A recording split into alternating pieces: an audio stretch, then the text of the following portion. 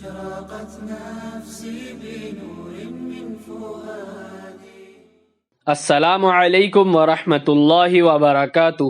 Radio HRDF میں خوش آمدید. اعوذ باللہ من الشیطان الرجیم. بسم اللہ الرحمن الرحیم. وَمِنَ النَّاسِ مَن يَقُولُ آمَنَّا بِاللَّهِ وَبِالْيَوْمِ الْآخِرِ وَمَا هُمْ بِمُؤْمِنِينَ يُخَادِعُونَ اللَّهَ وَالَّذِينَ آمَنُوا وَمَا يَخْدَعُونَ إِلَّا أَنفُسَهُمْ وَمَا يَشْعُرُونَ. بعض لوگ کہتے ہیں کہ ہم اللہ تعالیٰ پر اور قیامت کے دن پر ایمان رکھتے ہیں، لیکن در حقیقت وہ ایمان والے نہیں ہیں. وہ اللہ تعالیٰ کو اور ایمان والوں کو دھوکہ دیتے ہیں، لیکن دراصل وہ خود اپنے آپ کو دھوکہ دے رہے ہیں مگر سمجھتے نہیں. کیا آپ نے منافقین کو دیکھا ہے؟ ان کی خصوصیات کیا ہے؟ ان کی سرگرمیاں کیا ہے؟ ان کا کام حق کو جھٹلانا، مومنوں کو دھوکہ دینا، عوام میں انتشار پیدا کرنا، کہنے والی باتوں کو بغیر کسی قیمت کے اس کے خلاف کام کرنا، اسلام کے دشمنوں سے خفیہ اور کھلے تعلقات رکھنا وغیرہ مختلف سرگرمیوں میں وہ لوگ مصروف رہتے ہیں. اس کارکردگی کے نتیجے میں معاشرے میں تناؤ پیدا ہوتا ہے، خوریزی، جانی نقصان اور بد امنی کا باعث بنتا ہے. جب ان سے کہا جائے کہ وہ ایسے کاموں سے پرہیز کرے تو وہ ان کی بات نہیں مانتے.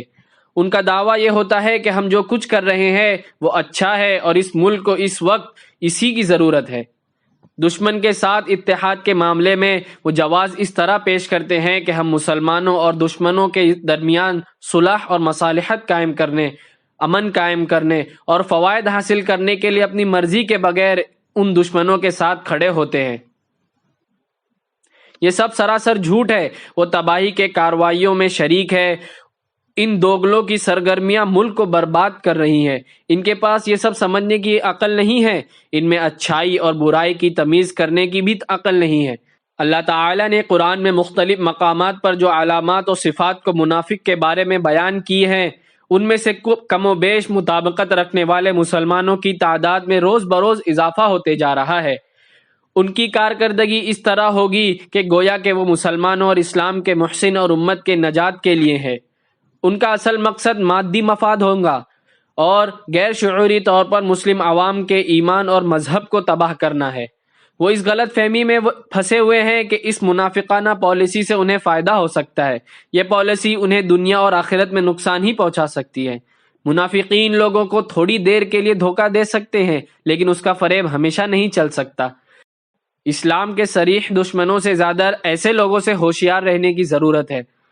فی قلوبہم مرض فزادہم اللہ مرضا وَلَهُمْ عَذَابٌ أَلِيمٌ بِمَا كَانُوا يَكْذِبُونَ.